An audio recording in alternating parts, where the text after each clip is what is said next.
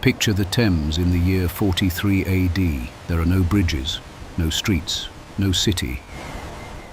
Just a cold, fast, tidal river cutting through dense oak forest and grey marsh, its banks choked with reeds, its water silver in the thin British light.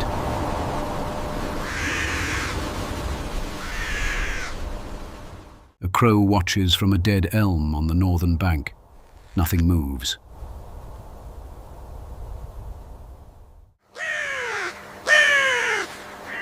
Nothing has been built here. Nothing has been named.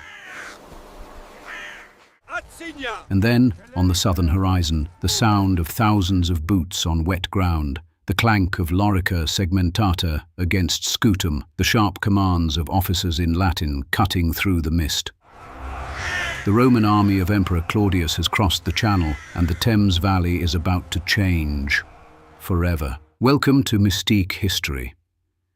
Did you know that beneath the streets, the glass towers, the underground lines, and the Victorian terraces of modern London, there are nearly 2,000 years of cities stacked on top of each other? Each one burning or flooding or collapsing into the one below, each one rising again from the rubble of the last. From a Roman market town to a medieval plague city, from the inferno of 1666 to the smog-choked factories of the industrial age, to the bombed-out ruins of 1945 and the rebuilding of a modern capital from the ashes, this is the story of London. Every era of it, every layer. Let me explain. Upstream, we cross. The Romans who waded ashore in the summer of 43 AD were not looking for a place to build a city. They were looking for a crossing point. 25 feet and the current is swift. Mark that position. Emperor Claudius had authorized the invasion of Britain under his general Aulus Plautius, and the army needed to get across the Thames quickly enough to drive north and force the submission of the British tribal chiefs gathered at Camulodunum, modern Colchester.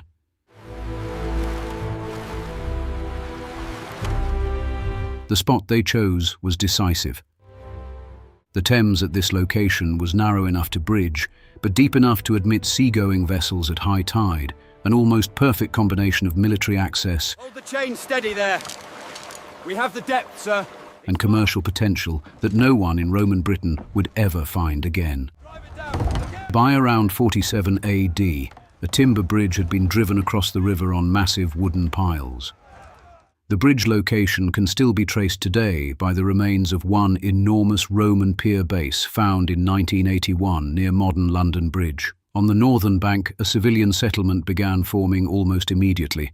Merchants from Gaul, discharged legionary veterans, local Britons seeking Roman wages, traders from the eastern Mediterranean carrying amphorae of olive oil and fine Samian pottery. The settlement was called Londinium, a name whose origin is Brittonic, probably derived from a Celtic root. Kides nomen huix locu? Lindin. Londinium. Though exactly what it meant is now lost to time. Within a decade, Londinium had grown from a muddy bridgehead encampment into what the Roman historian Tacitus, writing around 60 AD, described as a celebrated centre of commerce thronging with merchants. Then came Boudica. In the year 60 or 61 AD, the warrior queen of the Iceni tribe, whose territory lay in what is now Norfolk, led a coalition of British tribes in a revolt of devastating scope and fury against Roman occupation. The triggers were financial and personal. The Iceni had been effectively robbed by Roman financiers after the death of their king, and Boudica herself had been flogged while her daughters were violated on the orders of Roman officials. But we are the Iceni!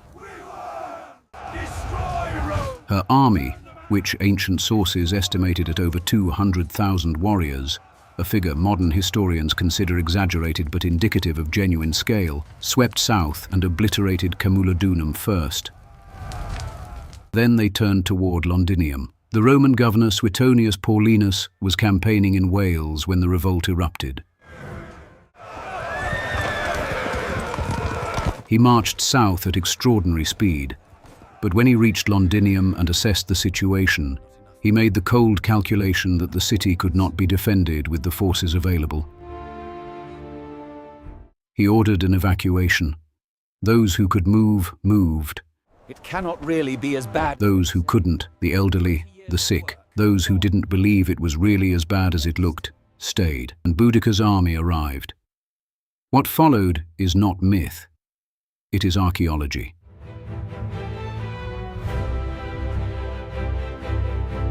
Buried 40 centimeters beneath the streets of the modern city of London, excavators have found a continuous layer of bright red burned clay, scorched ceramic fragments, and ash, now formally designated the Boudican destruction horizon, dating precisely to 60 or 61 AD.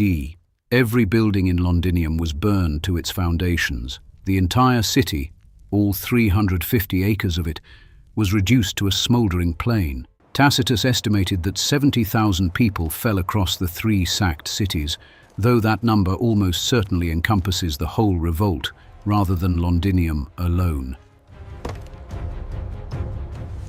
Rome returned. Suetonius defeated Boudica in a pitched battle somewhere in the Midlands.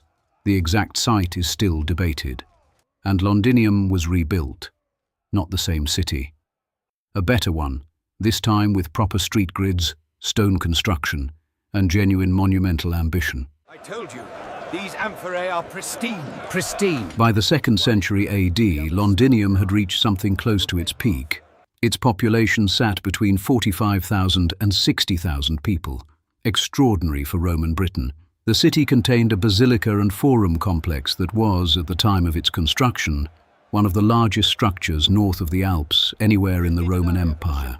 And not a coin more. We have a judgment in the matter of the Second Legion. See that the accounts are delivered to the governor immediately. Its great halls stretched 500 feet in length, incorporating law courts, administrative offices, and market space beneath a single roof.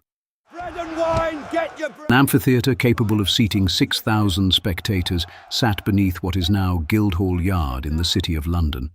Its curved foundations were discovered by builders in 1988 and remain on display today beneath a glass floor. A Mithraeum, a secretive temple to the Persian cult god Mithras, whose worship spread through the Roman legions like fire, was built along the banks of the covered Walbrook stream. It was discovered in 1954 during post-war construction and is now reconstructed at the Bloomberg headquarters in the city. Between 190 and 225 AD, the Romans enclosed the entire landward side of Londinium with a defensive wall, roughly 5 kilometers long, 6 meters high and 2.5 meters thick, built from Kentish ragstone shipped up the Thames from quarries near Maidstone. Fragments of that wall still stand today. You can see them in a car park near Tower Hill Station, grown over with moss and ivy. London red brick from 5 centuries of repair layered over the Roman core.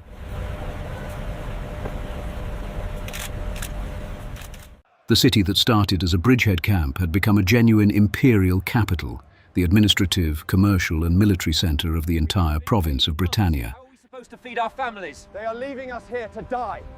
Look, another ship And then fleeing Rome the city. left. By the early 5th century, the Western Roman Empire was hemorrhaging. Germanic tribes had crossed the Rhine.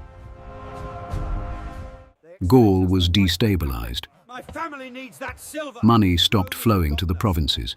Soldiers went unpaid. What is it? Tell us. In 410 AD, the Emperor Honorius effectively told the cities of Britain to arrange their own defense. Officials departed.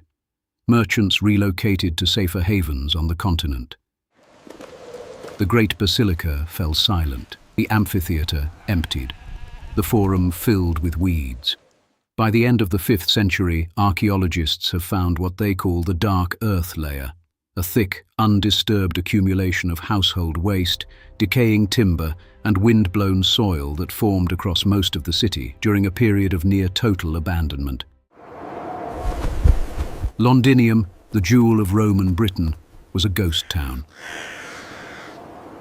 A new settlement eventually grew up a mile to the west, in the area of modern Covent Garden and the Strand, a place the Anglo-Saxons called Lundinwich, essentially a trading town that developed through the 7th and 8th centuries as the kingdoms of England slowly coalesced. I said 5 pennies, Matt. The old Roman walls still stood, brooding and massive, but the Saxons built outside them. They are here. It was not until the Viking raids of the 9th century, when Danish longships began raiding the Thames with alarming regularity, burning and plundering as far upstream as they could reach, that King Alfred the Great in 886 AD made the decision that would restart the continuous history of London as a major city. Press them back into service. The river demands it. He moved the population back inside the Roman walls. He refortified the defences. He named it Lundenburg. The Roman ghost was given a Saxon soul, and it would never be empty again. In 1066, a Norman duke named William crossed the Channel with an invasion force and changed England and London, so completely and so rapidly that the effect can still be felt in the English language, where words like beef and pork and venison entered from Norman French, while the Anglo-Saxon words for the living animals, cow, pig, deer, survived only in the mouths of the farmers who raised them. William the Conqueror was crowned in Westminster Abbey on Christmas Day 1066, barely 3 months after the Battle of Hastings. His first act inside London was not celebration but intimidation. He ordered the construction of a fortress at the eastern edge of the old Roman walls, a massive stone keep of Norman military architecture whose thick, pale stone walls rose from the Thames bank like a statement, "This is who is in charge now." That building is the White Tower, the core of what is today the Tower of London. It was the first stone castle in England. It served as palace, prison, treasury, arsenal, and, under later monarchs, a place where inconvenient people went to disappear. Under the Plantagenet kings of the 12th and 13th centuries, London grew into a genuinely medieval city, a population now surpassing 80,000 by 1300, crammed within and beyond the old Roman walls, in a dense tangle of timber-framed houses, churches, craft workshops, tanneries, fish markets, and open sewers running directly into the Thames. The streets were narrow, unpaved, foul-smelling, and loud. Pigs wandered freely. Can't fit, you simpleton! Butchers threw offal into the road. The Thames was the city's main water supply and its main sewer simultaneously. Medieval London was a place of extraordinary richness and extraordinary squalor, living within 3 feet of each other on the same street. The Black Death arrived in England in 1348, carried by fleas on rats aboard ships from continental Europe. London was the obvious first major target, a port city, dense, overcrowded, with no concept of disease transmission and no defense against a pathogen that could reduce a healthy adult to a blackening, agonized corpse within 3 days of the first symptom. Between 1348 and 1350, somewhere between 30% and 40% of London's population perished. Whole streets emptied, churches filled beyond their capacity with the departed. The plague returned repeatedly for the next 3 centuries. The Great Plague of 1665 alone ended the lives of roughly 100,000 Londoners, nearly a quarter of the city's population at the time. Clear the path! The plague takes its toll! Fire! Fire on Pudding Lane! But London survived every wave, absorbed every loss, and kept growing. Then, in the early hours of September 2nd, 1666, a fire started in a bakery on Pudding Lane near London Bridge. Get out, it's collapsing! It spread into a dry wooden city that had not seen significant rain in months. Fanned by a strong east wind, the blaze consumed the medieval city of London at a speed that left its inhabitants stunned and helpless. By the time it burned itself out 4 days later, the Great Fire of London had destroyed 13,000 houses, 87 churches, including the medieval St. Paul's Cathedral, and virtually every public building within the old Roman walls. What are we to do now? Everything is lost. Roughly 70,000 of London's 80,000 inhabitants were left homeless. Miraculously, the confirmed number of lives ended in the fire was small. The medieval city's open streets and access to the river allowed most people to escape with their lives, if not their possessions. And what rose from the ashes was something genuinely beautiful. Nonsense! Set the foundation here, by this stake. Behold, Sire. The architect Christopher Wren submitted a plan to rebuild London as a Baroque city of wide avenues and grand piazzas, directly inspired by Rome and Paris. The plan was rejected, property rights were too entangled, the pressure to rebuild too immediate, but Rennes was given something perhaps more lasting. The commission to design 51 new churches, and above all the new St. Paul's Cathedral, whose great dome, completed in 1710, dominated the London skyline for the next 2.5 centuries. The city that rebuilt itself from the Great Fire was recognizably modern in a way medieval London had never been. Brick replaced timber by legal requirement. Streets were slightly widened. The Thames embankment began to be formalized. Observe the continuous motion, gentlemen. And then, in the second half of the 18th century, something arrived that would transform London and the world more completely than any fire, plague, or invasion. The Industrial Revolution. Steam engines, running on coal, powering textile mills and iron foundries and printing presses. The railways arrived in London in the 1830s and 1840s, driving great iron viaducts directly through existing neighbourhoods, demolishing thousands of houses without compensation, connecting London to every major city in Britain within a generation.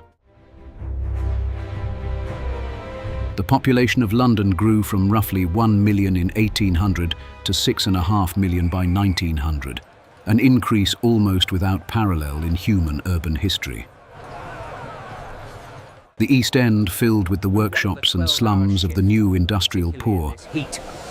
It's barely enough to keep body and soul together. workers in conditions that Charles Dickens spent his career documenting and condemning, families of 6 or 8 living in a single room, children working 12-hour days in factories and matchwork shops. 5 shillings for the week, then. That won't cover the rent.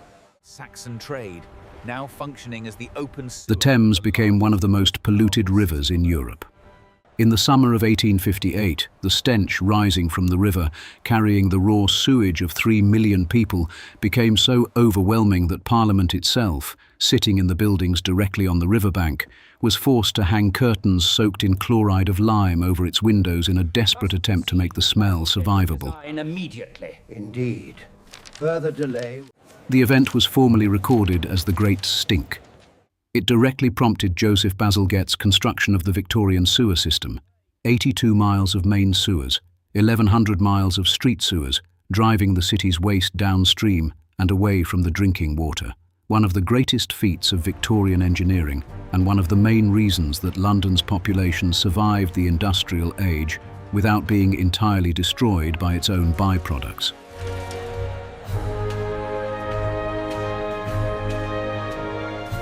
The structural integrity on this section is still flawless.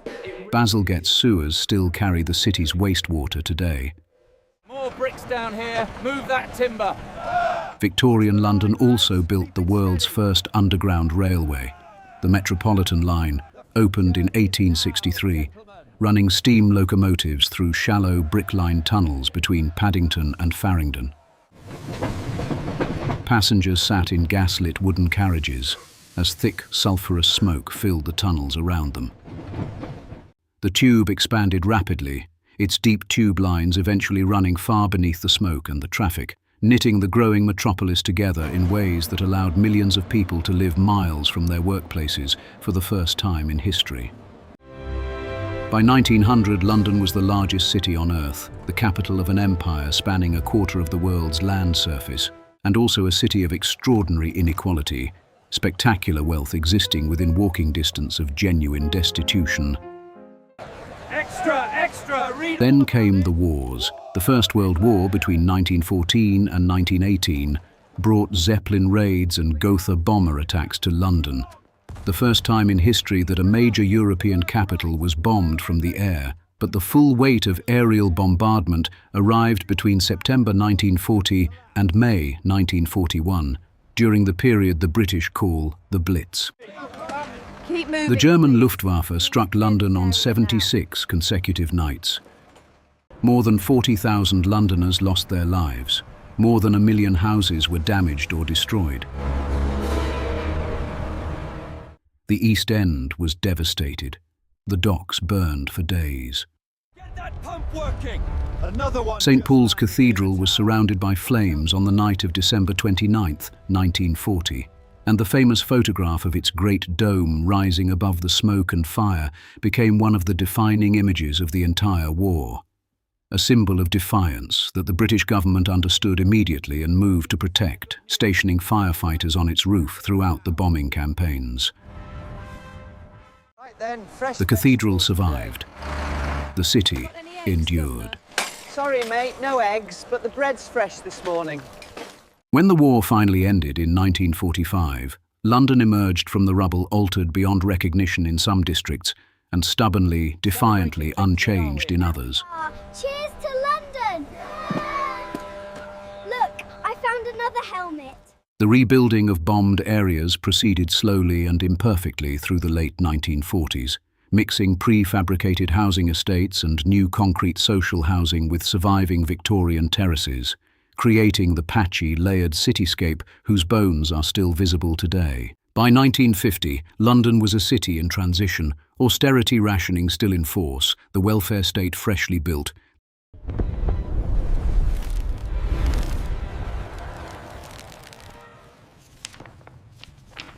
The great empire already beginning to dissolve at its edges, the first West Indian immigrants of what would become the Windrush generation having arrived in 1948 aboard the MV Empire Windrush at Tilbury Docks, bringing a new chapter to the city's 2,000-year tradition of absorbing the world into itself. The Thames still ran grey and cold.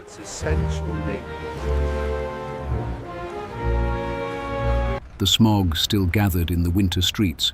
The catastrophic Great Smog of December 1952 was still 2 years away, though no one knew it yet. But the city was alive. It always had been. From a Roman timber bridge driven into a tidal river in 47 AD to the bombed-out streets of 1945, London had never once stopped being itself. It had burned, it had drowned, it had rotted with plague, it had choked in its own smoke. And it had always, always rebuilt. Because that is what London does. It buries its previous self, plants the next one on top of the rubble, and carries on. The Roman wall is still there. The medieval lane patterns are still there, encoded in street names like Cheapside and Aldgate and Poultry. Wren's Dome is still there, flanked now by glass towers that rise around it like the city clearing its throat for the next 2,000 years. The Thames still runs. The river running grey and cold and unchanged. The crow is still watching from the north bank. Some things do not change.